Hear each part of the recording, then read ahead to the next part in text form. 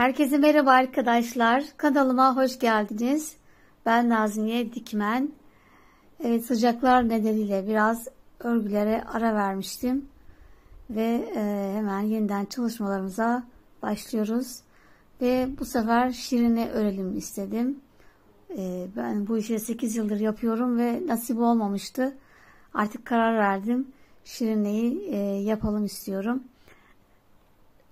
Çok affedersiniz. Evet, şirinenin bu şekilde ayağını çalıştım arkadaşlar. Birinci ayağımız böyle topuklu. Bu da elimiz. Eli ve ayağı hazır. Şimdi bu videoda ellerini, ayağını çalışacağız. Ellerimiz yine el tarifi hep aynı zaten. Bu küçük olacağı için 30-35 santim civarında yapmak istiyorum arkadaşlar. Çok büyük olmasın bebeğimiz. O yüzden el tarifi yine lol bebek tarifiyle yapacaksınız. Lol bebekte buraya yine biraz sonra kırpıp buraya tarifi yerleştireceğim. Daha sonra da bilek sayımız farklı. Bir iki tane daha az keseceğiz ya fazla keseceğiz ve düz öreceğiz. Şurada bir arttırışlarımız var. İp olarak da sizler de istediğiniz markayla örebilirsiniz. Çevrenizde hangi ipler varsa Alize Koton olur, Lanosa, Peria, Yarnark, aklınıza hangi koton ipler gelirse arkadaşlar. Şu an elimde bu şirine uygun olarak Lanosa'yı buldum. Elimdeki iplerden Lanosa'nın C916 ve 286 arkadaşlar. Ben dediğim gibi elimdeki iplere göre yapıyorum. Yine beyaz olarak Peria ayakkabısını kullandım. Yine Lanosa olabilir. Alize Koton Gold olabilir. Şapkasına yine Alize'nin Hobby Koton Gold. Elimde olduğu için bunları yapıyorum.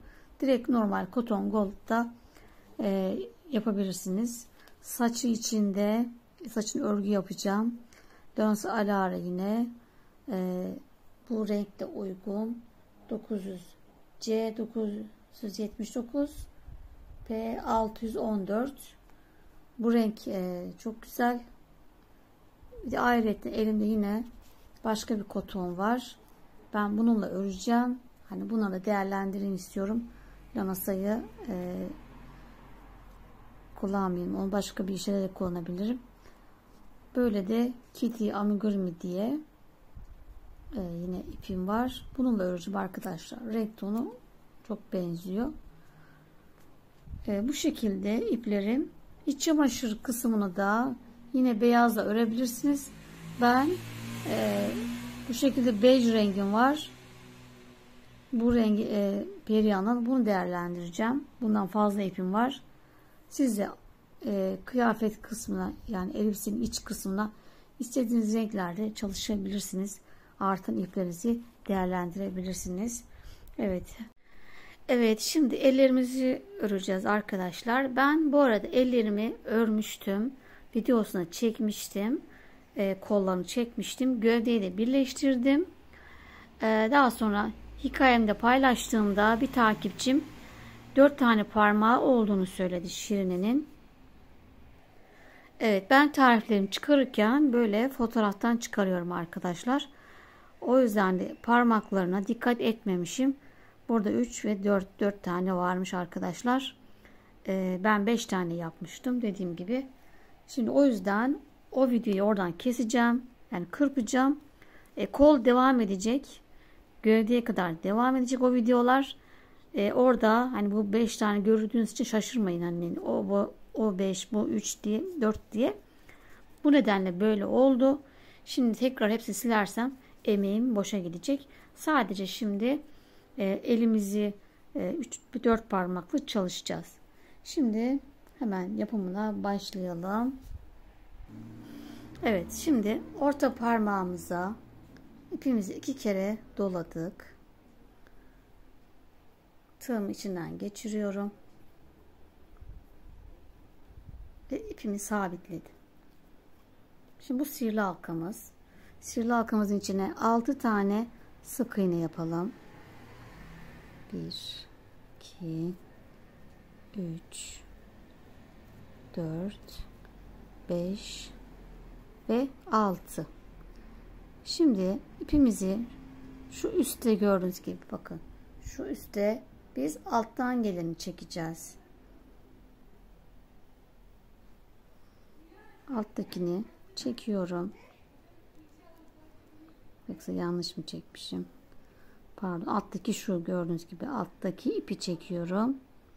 Şu üstte bunu çekiyoruz. Diğer normal ipimi hepsini çekiyorum. Sihirli halkamı oluşturdum. Birinci sıramızı yaptık arkadaşlar. Şimdi ilk ilmeğimi batarak ilmek kaydıracağım. İlmek kaydırmadan direkt yine örebilirsiniz 6 tane sık iğneyi. O zaman böyle bir açıklık oluyor. Onu sevmediğim için ben böyle ilmek kaydırdım, birleştirdim. Bir zincir. Şimdi birinci sıramı yaptım. Şimdi 3 sıra daha düz öreceğim. 6 tane. 1 2 3 4 5. Şöyle kıvırıyoruz parmağımızı içe doğru. 5 ve 6. İkinci sıramı bitirdim. Üçüncü sıraya geçiyorum.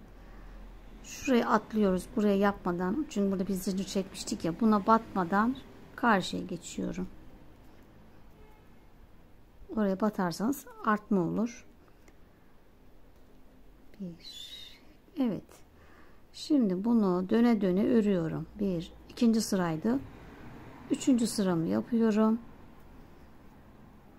Toplam 4 sıra yapacağız. Küçük parmağımız bu.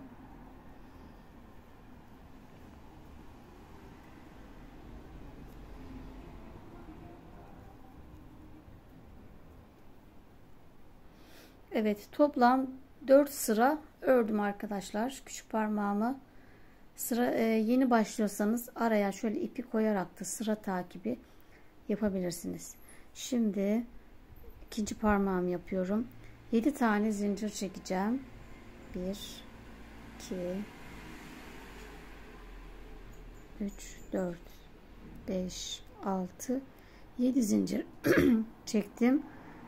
İplerimizi tek tek koparmadan parmakları tek tek yapmıyoruz. Koparmadan öreceğiz. Şimdi bir atlıyorum. İkinci zincirin içine yine 6 tane sık iğne yapıyorum. Deminki işlemin aynısını yapacağız. 3 4 5 6. Evet, aynı gidişat aynı olacak. Onu 4 sıra yaptık. Bunu 5 sıra örelim. Evet, yine ilmek kaydırdım. Bir zincir. Tekrar döne döne örüyoruz. Her sırada 6 tane var. 2 3 4. Bunu parmağımızı şöyle çeviriyoruz mutlaka. Zaten öremeyiz. O zaman tersini örülmüş olur. 4 5 6. Evet. İkinci sıramı bitirdim. Buradaki zincirde gördüğünüz gibi arada içinde kalıyor arkadaşlar. Bunun zincirin çevresinde örmüş oluyoruz. Şimdi üçüncü sırama geçiyorum. Hemen yine 3 4 ve 5 şeklinde 5 sıra örelim. Evet, ikinci parmağımı da bitirdim. Gördüğünüz gibi zincirimiz içeride kaldı. Döne döne ördük. Şimdi üçüncü parmaktayız. Yine 7 zincir çekiyoruz. 3, 4, 5, 6, 7 zincir. Yine bir atlayıp ikincinin içine 6 tane sık iğne yapalım ve aynı şekilde örelim arkadaşlar. Bu da yine 5 sıra olacak. Evet, 3. parmağımızı da bitirdik. Şimdi parmaklarımızı birleştireceğiz. 4. baş parmağı bir dahaki sırada yapacağız. Şimdi şuradaki zincir şu şekildeydi ya arkadaşlar. Zincir burada. Bu sık iğnenin hemen yanındakine batıyorum. 3 sık iğne örüyorum. Bakın 1 2 3. Diğer parmağımı yine geçiyorum. Küçük parmağı yine bu zincirimizin bu sıramız burada kalmıştı. Bu sık iğnenin yanındakinden devam ediyorum. Burayı dolanıyoruz artık. 6 sık iğne. 1 2 3 4 5 ve 6 dolandık parmağımızı. Şimdi elimizin bu tarafına geçtik. Burada da 3 tane burada, 3 oradaydı, 3 de burada ilmeğimiz var. Hemen devamından şuradan 1 2 3 bu şekilde yaptık. Şimdi işaret parmağımızı dolanacağız. 6 tane sık iğne. Hemen şunun yanındakinden devam ediyoruz sıramıza. 6 sık iğne örelim. 1 2 3 4 5 ve 6. Evet. Bu şekilde parmaklarımızı birleştirdik. Burası sıra başımız. Buradaki ipimizi buraya koyalım, belirleyelim şöyle. Şimdi bu şekilde 2 tane yapacağız. 2 tane aynı yapalım. 2 elimizin de. Sadece baş parmaklarımızın yeri değişik olacak. Birini aynı sıradan yapacağız. Sadece şurada birini burada yaparken diğerini bu tarafta yaparak bir iki sık iğne kayarak birini bu tarafta yapacağız. Baş parmağın birini burada ve sağ ve sol elimiz olmuş olacak. Şimdi önce hangini yapalım? Şöyle sol elimizi yapıyoruz. Not alın sol el diye. Şunu buraya sıra başımızı koyalım. Şimdi buraya kadar şöyle işaret parmağım, baş parmağımı da hemen şuraya yapacağım. Buraya kadar sayalım kaç tane örmem lazımmış. 2 4 6 8 9 10 11 12 13 14 15 tane sık iğne örelim. Evet, 15 tane sık iğnemi tek battım arkadaşlar. Burayı ikinci sıra diye not alalım. Birinci sırada parmakları birleştirmiştik. Şimdi ikinci sıramızda evet, baş parmağımızı yapacağız. 15 sık iğneyi tek battım. 6 zincir çekiyorum. 3 4 5 6. Yine aynı diğer parmaklardaki gibi yapalım. Bir taneyi atlayıp ikinci zincire 6 tane sık iğne yapıyorum. 4 sıra ilk küçük parmak gibi yapacağız. 4 sıra döne döne düz örelim arkadaşlar. Evet, baş parmağımı 4 sıra ördüm arkadaşlar. Şimdi hemen sıradaki zincir çekmiştik. Sıradaki sık iğnenin içine batarak sık iğne yaparak buraya tutturduk.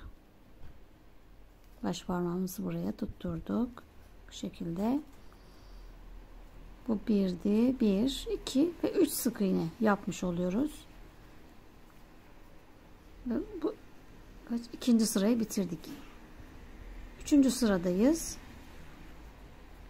Şimdi burası 14 sık iğneye tek batalım. 1, 2, 3. Evet, 14 tane sık iğneye tek battım. Burada şimdi bir koldan bir de baş parmaktan, hemen sıra başındaki birinciden önden bir kat alıyorum. Bir katta baş parmaktan, birinciden bir azaltma yapıyoruz. İkisini bir ördüm. 4 tane tek batalım. 1, 2,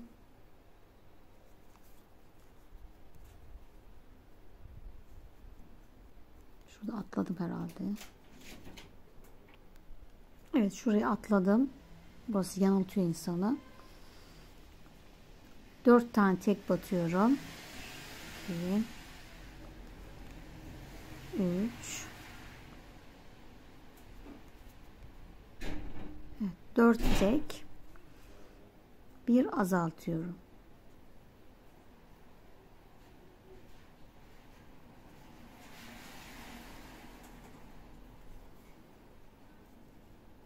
Evet, 2 tane tek batarak 2 sık iğne ördüm ve bu sıramı da bitirdim. Şöyle elimiz 2, 3, 4, 5, 6, 7, 8, 9, 10, 12, 14, 16, 19, 20, 21, 22 tane sık iğnemiz var arkadaşlar. Evet, 4. sıradayız ve başlangıçtan itibaren 18 tane sık iğneye tek batıyoruz.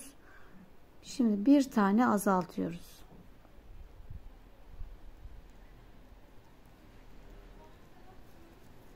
Burada bir tane azaltmamız var.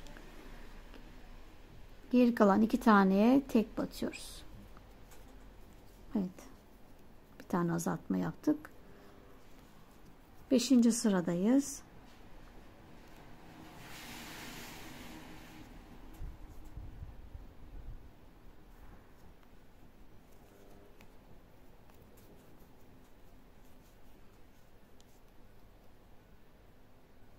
Şimdi 5 tane tek batalım. 1, 2, 3, 4, 5 tek. Elimizin hemen yan tarafında bir azaltıyorum.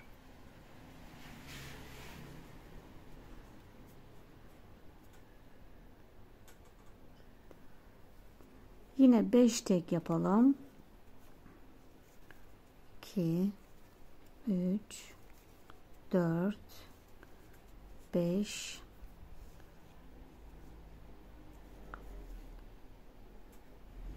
hatta 6 yapalım.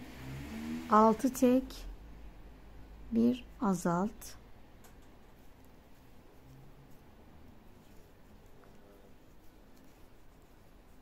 Şimdi geri kalana tek batalım.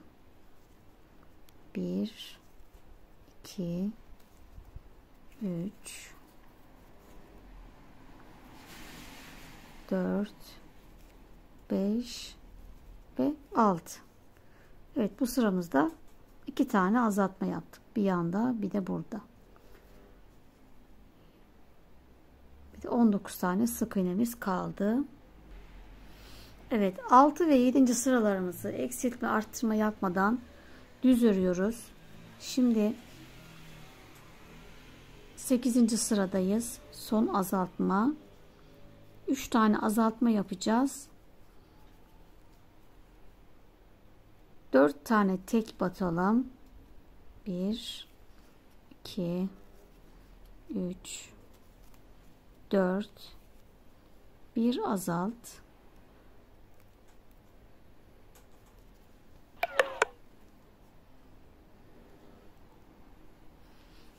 Dört tek. 2 3 4 bir azalt. 5 tane tek, bir azalt yaparak sıramızı bitiriyoruz.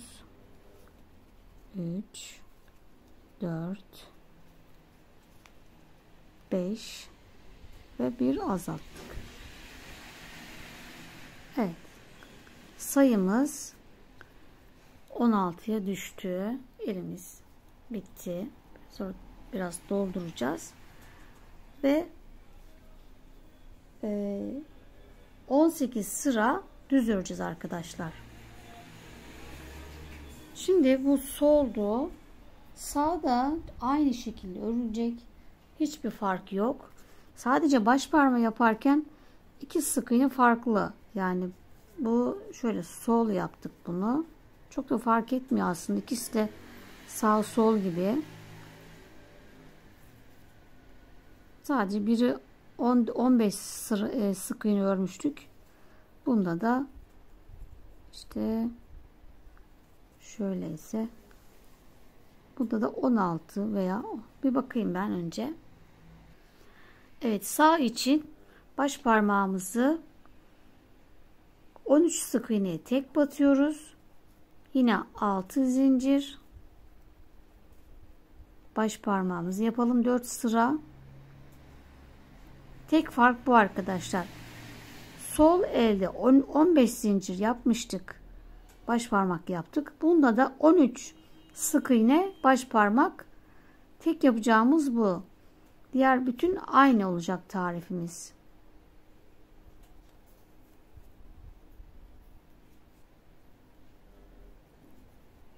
Bütün gidişat aynı. Yandaki azaltmada simetrisi olarak birebir aynısını yapın. Evet, baş parmağımı yaptım ve hemen sıradaki sık iğneye batıyorum. Geride 5 tane kaldı. 1 2 3 4 ve 5. Evet. Bu da sağ elimizin baş parmağı. Bu şekilde olacaklar. Gidişatımız aynı arkadaşlar. Şimdi bir dahaki sırada hemen burada azaltacağız. 2 parmak arasında. Diğer sıramızda yine bir burada, bir burada. Bu şekilde aynısını yapın arkadaşlar. Bir de yine elimizin yan tarafında olacak. Sağ elde bu şekilde. Şimdi kolumuzu kaç demiştik? Evet, toplam 18 sıra döne döne eksiltme artırma yapmadan düz örüyoruz. Bilekte 16 kalmıştı. 27. sıradayız ve 2 tane arttırma yapacağız. Hemen ilk arttırmamı yapıyorum. Bir tane arttırdım. 7 tane tek batıyoruz. 1 2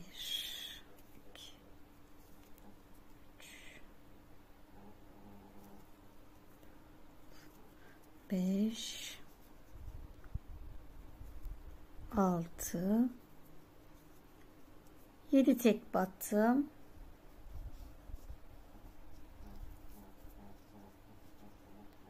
Bir arttıralım. Evet. İkinci arttırmamı yaptım. Şimdi kalan sayılarımıza tek batıyoruz. 2 3 4 5 6 Evet, 7 tane tek battık. 2 tane arttırma yapmış olduk. Evet, sayımız 18 oldu arkadaşlar. Şurada evet, 2 tane 2 yandan arttırdım. Daha sonra 3 sıra eksiltme arttırma yapmadan düz öreceğiz arkadaşlar. Evet, arttırmadan sonra 3 sıra düz örgümü tamamladım. Yani 28, 29 ve 30. sıralarımızı düz ördük ve ilmek kaydırıp 2 zincir çekip ipimi kesiyorum. Evet, kollarımızı bu şekilde bitirdik, hazırladık. Şimdi bunları kenara alalım ve sıra geldi ayağımızı, bacağımızı çalışmaya. Şimdi önce bir tabanla başlıyoruz. Beyaz ipimizi alalım. Evet, tabanımız için ipimizi önce bir sabitledik. 8 tane zincir çekelim. 1 2 3 4 5 6 7 ve 8 zincir çektik. Hemen birinci zinciri atlayıp ikincinin içine 3 tane sık iğne yapalım. 1 2 ve 3 tane peş peşe sık iğne yaptık. Şimdi zincirimizi 5 tane zincire birer tane sık iğne yapıyoruz. Bu 1 2 3 4 ve 5. Şimdi son zincirimize 5 tane sık iğne yapalım. Bak, aynı zincirin içine 5 tane. Bu 1 2 3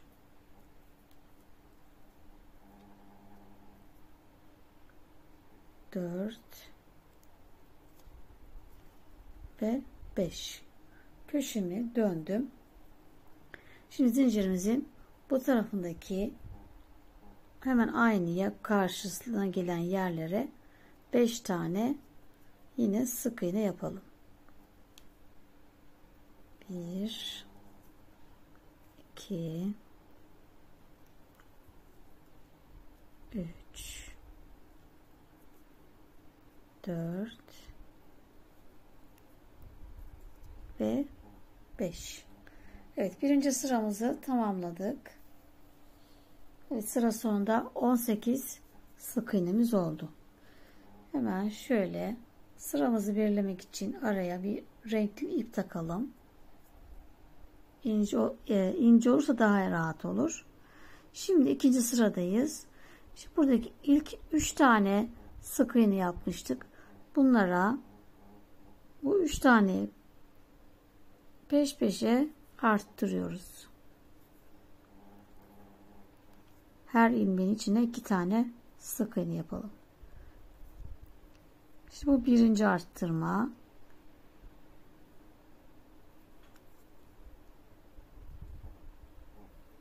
İkinci arttırma. Üçüncü arttırma. Peş peşe 3 tane arttırdık. 5 sık iğneye tek batalım. 1 2 3 4 ve 5. Şimdi yine köşeye geldik. Ve 5 tane yapmıştık. 5 taneye hepsine çift batıyoruz. 5 tane peş peşe arttıralım. Bu 1,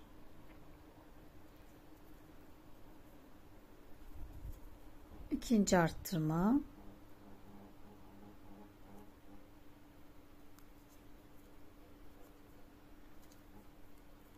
üçüncü,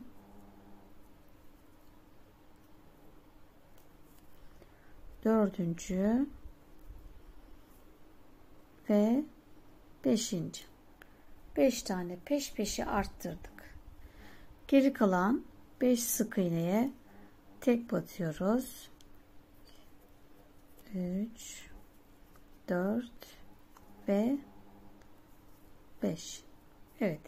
İkinci sıramızı tamamladık. 26 tane sık iğnemiz oldu. Şimdi 5 burada, 5, 6, 7, 8. Her sıra 8 tane, toplam 8 arttırma yapıyoruz. Üçüncü sıradayız. Bir tane tekle başlıyoruz. Bir tek, bir arttır, bir tek, bir arttır, bir tek, bir arttır. Evet, topuk kısmında 3 tane arttırışımı yaptım. Şimdi düz yere geldik. 6 tane tek batalım. 1, 2, 3, 4, 5 ve 6. Bir arttır. Bir tek. Affedersiniz. Bir arttır. Bir tek. Bir arttır. Bir tek. Bir arttır. Bir tek. Bir arttır. Evet. 5 tane arttırmamı yaptım. Burada da 3 tane yaptık. Yine 8 arttırmamızı tamamladık. Geri kalan 5 taneye tek batalım. 2, 3, 4 ve 5. Evet. Tabanımızda 3. sıramızı bitirdik. 4. sıradayız. 2 tane tek, bir arttır, 2 tek, bir arttır, 2 tek,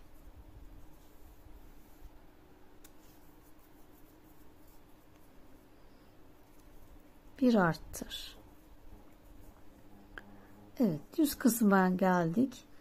7 tane tek batıyoruz. 1, 2,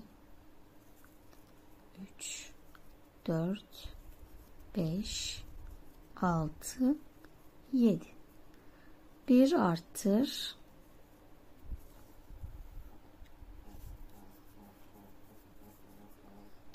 2 tane tek, bir arttır, 2 tek,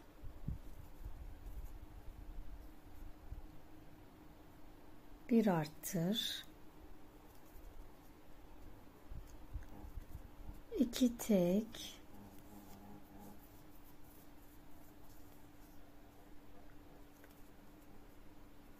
bir arttır,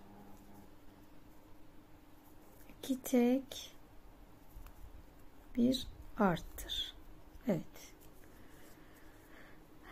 Yine 5 arttırmam yaptım. 3 de topukta yaptım. 8 arttırma.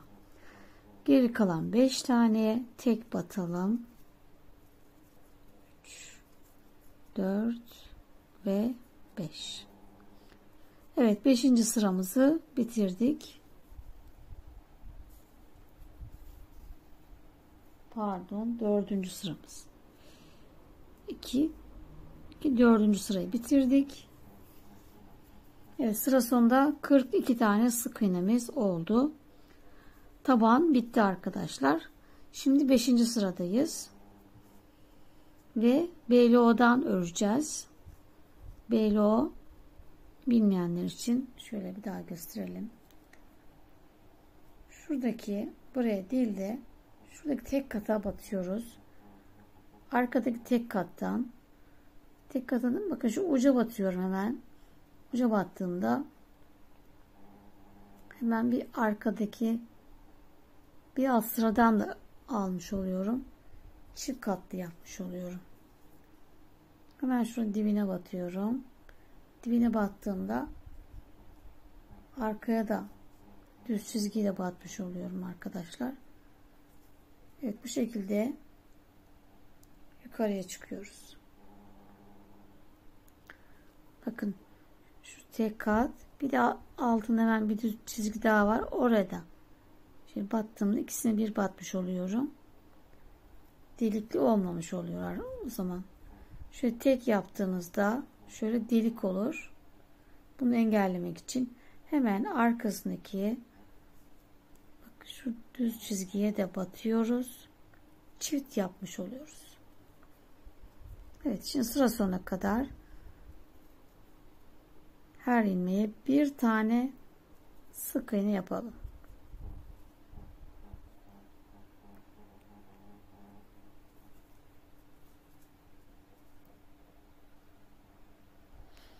Evet, 5. sıramızı bitirdik. Sayımız 42 idi. Şimdi 6 ve 7. sıralarımızı da yine eksiltme arttırma yapmadan düz örelim arkadaşlar. Her ilmeğin içine bir tane sık iğne yapalım.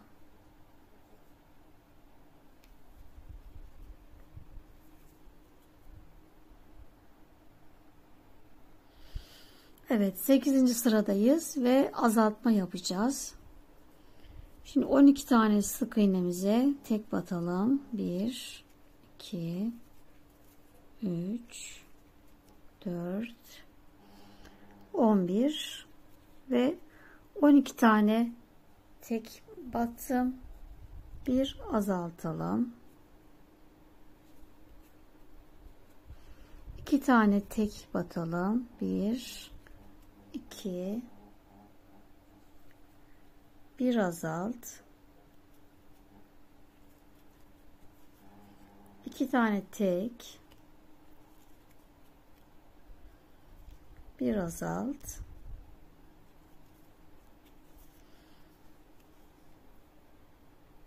Bu şekilde tekrar yapmaya devam edelim sıra sonuna kadar. 2 tane tek bir azalt şeklinde devam ediyoruz. Evet, en son azaltmayla bitirdim. Toplam 8 tane azaltma yaptık ve 34 tane sık iğnemiz kaldı. İpi bu tarafa alalım. Şimdi 9. sıramızda öndeki tek kattan öreceğiz. Eksiltme artırma yapmayacağız. Alttan tığımı alttan giriyorum. Öndeki tek kattan aldım. Bu şekilde sıra sonuna kadar hepsine tek batıyoruz. Tek sık iğne. Arkadaki tek katı daha sonra mavi öreceğiz. Yerini hazırlıyoruz. Evet, FLO'dan örelim sıra sonuna kadar.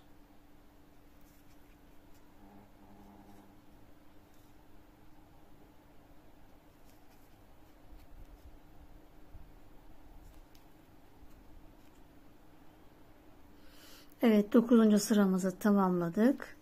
Şimdi ipimizi koparacağız. Ondan önce 3 tane ilmek kaydıralım.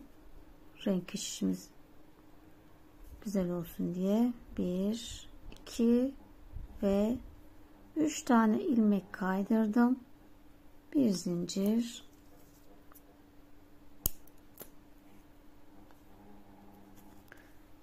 Evet, şimdi mavi ile devam ediyoruz. Evet, 10. sıradayız. İpimizi şöyle sabitliyoruz. Kaldığımız yerden, sıra başımız buradaydı. Hemen ilk ilmeğe batıyorum. Şu arkadaki tek katlarımıza belli batıyoruz. Her birine bir tane sık iğne yapalım. Tek katlara.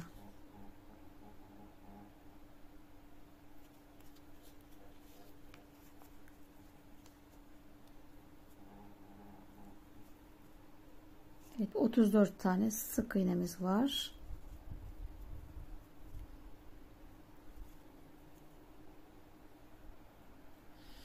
Evet, 11. sıradayız ve 12 tane sık iğneye tek batacağız. Hemen mavinin ilk başladığımız ilmeğe batarak sıra başımıza 1 2 3 4. Evet, 12 tane tek battım. Bir azaltıyorum.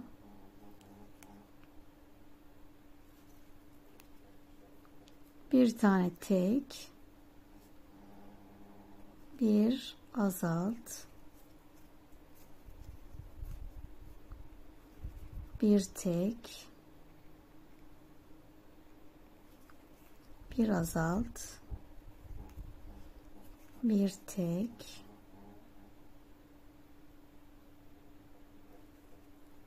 bir azalt. Yine bunu toplam 7 tane 7 azaltma yapacağız. En son 2 sık iğne kalacak arkadaşlar. Evet, toplam 7 tane azaltma yaptım. En son 2 sık iğne kaldı.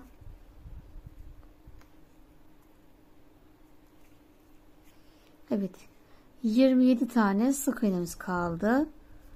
Şimdi 12. sıramızda eksiltme arttırma yapmadan tek batıyoruz her ilmeğimize.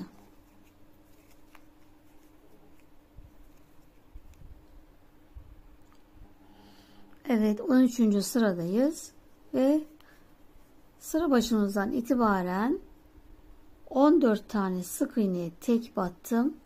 Şimdi 5 tane peş peşe azaltacağız.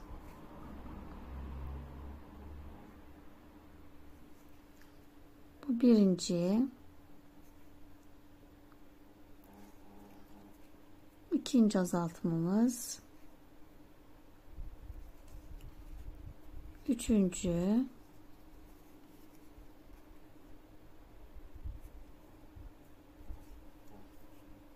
dördüncü ve beşinci. 5 tane peş peşe azalttım. Geri kalan 3 taneye tek batıyoruz. Ve 22 tane sık iğnemiz kaldı arkadaşlar. Şimdi içerisine yine yoğurt veya dondurma kapağı gibi plastikten taban keselim ve içine yerleştirelim. Evet, kalıbımızı içerisine şöyle katlayıp yerleştirelim.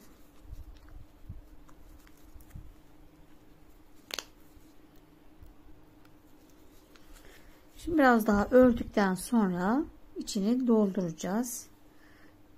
Azaltmaya devam ediyoruz.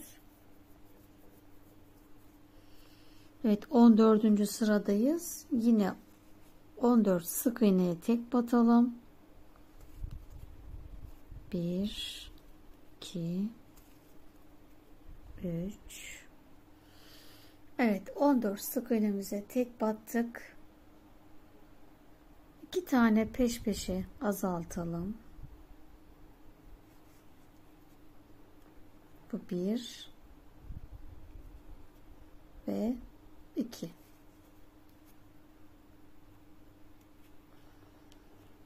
Geri kalan 4 sık iğneye tek batıyoruz. ve bilekte 20 tane sık iğnemiz kaldı arkadaşlar. Evet, bitirdik. Bu şekilde tamamladık. Şimdi şöyle bunu da tavanımız güzel şöyle çekiştirelim, biraz açalım, elimizle düzeltelim. Şimdi 28 sıra şu şekilde 28 sıra eksiltme arttırma yapmadan döne döne düz örelim arkadaşlar. Biraz ördükten sonra da içine elyafla dolduralım. Şimdi doldurabiliriz. Artık azaltmamızı yaptık.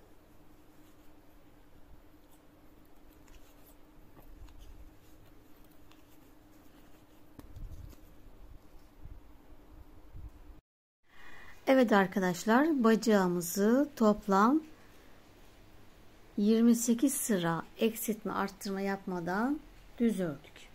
Şimdi beyaza geçeceğiz veya hangi renk yapacaksanız yine 3 tane ilmek kaydıralım.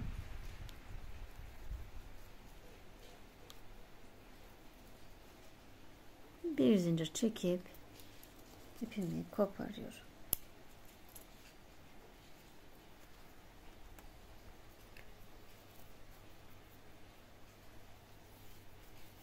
Ben dediğim gibi krem veya işte bej gibi renkli yapacağım. İpimi sabitliyorum. Hemen ilk ilmek kaydırdığım sıra başım, ona battım. Şimdi bu sıramızda 3 tane arttırma yapacağım.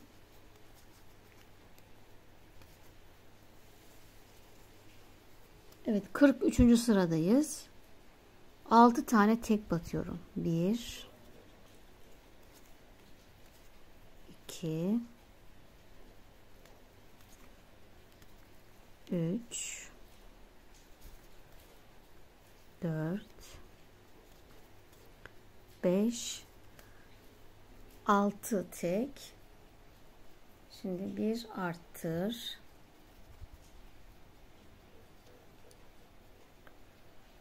Tekrar 6 tek.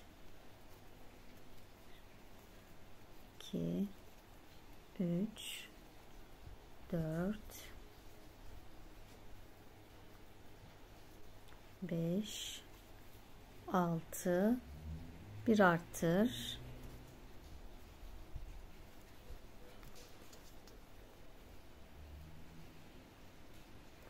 Evet, burada 5 kalıyor.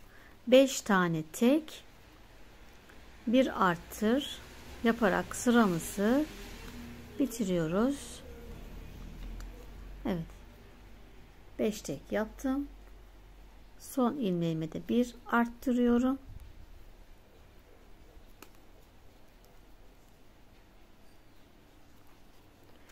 Evet, 3 tane arttı. Sayımız 23 oldu arkadaşlar. Şimdi bir sıra eksiltme arttırma yapmadan düz örelim. 44. sıramızı 23 sık iğne olarak düz örüyoruz.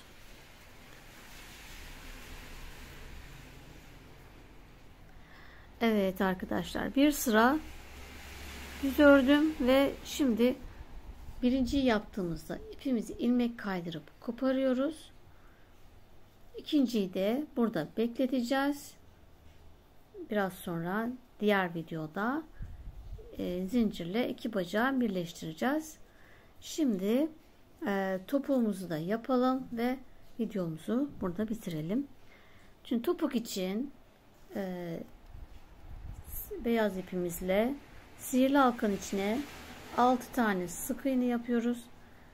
İkinci sıramıza hepsine çift battık. 12. Üçüncü sıramızda bir tek bir çift, bir tek bir çift yaptık. 18. Şimdi dördüncü sıramızda yukarıya çıkacağız. Yine arkadaki tek kattan BLO'dan öreceğiz.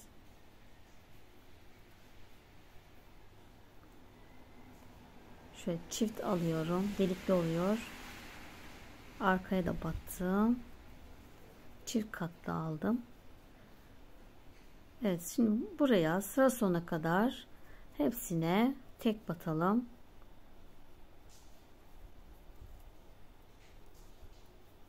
Yukarıya çıkalım. Evet, 4. sıramı tamamladım. Yukarıya çıktım.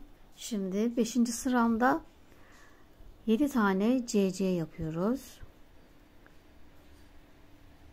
Yani ilmek kaydıralım. 1 2 3 4 5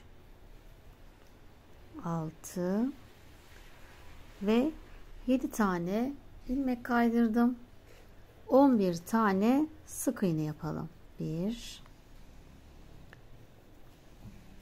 2 3 10 ve 11 tane sık iğnemize tek battık. 5. sıramızı bitirdik. 6. ve son sıramızdayız.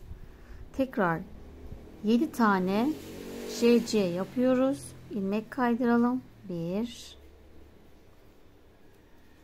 2 3 4 5 6 ve 7 tane CC yaptım. Şimdi bu sırada arttırma yapacağız. Topumuzu biraz genişleteceğiz. Bir tane sık iğne yapalım. Bir sık iğne, bir arttır.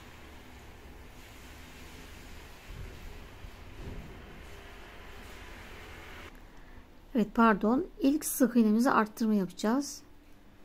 Şimdi 7 tane CC yapmıştık. Bir arttır. 2 tane sık iğne. Bir arttır. 2 sık iğne. Bir arttır. 2 sık iğne. Bir arttır.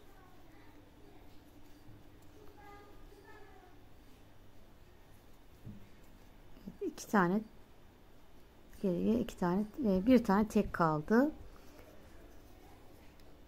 Burada 1 2 3 4 tane arttırmışız. Evet, şimdi ben şuraya batıp ilmek kaydıralım. Bir zincir çektim. Topuğumuzu bitirdik. Biraz uzun keselim. Dikmek için. Evet. Topuğumuz bu şekilde. Şimdi bunu da hemen dikelim.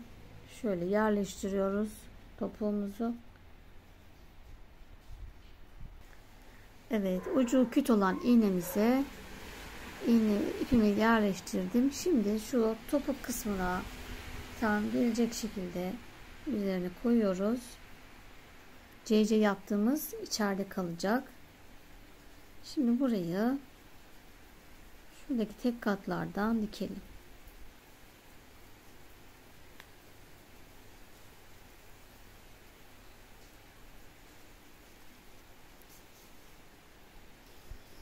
İçine biraz elyaf dolduralım.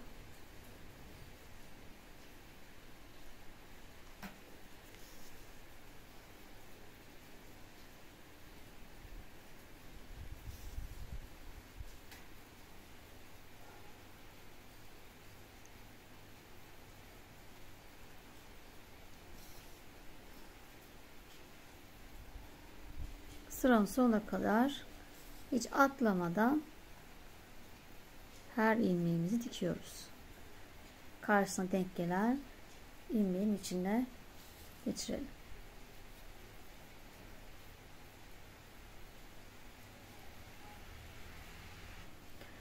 Evet, dış kısmı diktim. Şimdi buraya dikeceğiz. Bundan önce İçerisine biraz elyaf dolduralım. Çok az bir şey. Boşlukları dolduracak kadar.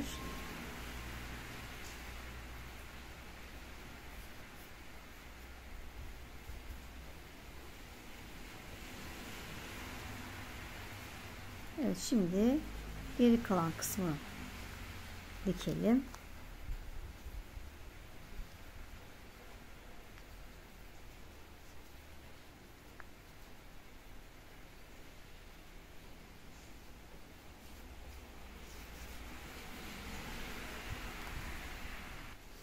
Evet, topuğumu da diktim arkadaşlar. Ve ayaklarımız hazır bu şekilde. İsteyenler tel takabilir ayağına. Ben takmayacağım. Hem örerken zor oluyor, hem de bebeği de ağırlaştırıyor. Daha böyle doğal kalsın. Size kalmış arkadaşlar. Evet, şimdi birinci videomuzun sonuna geldik. Kollarımız ve bacaklarımız hazır. Bir dahaki bölümde gövdemizi öreceğiz. O zamana kadar görüşmek üzere. Hoşça kalın.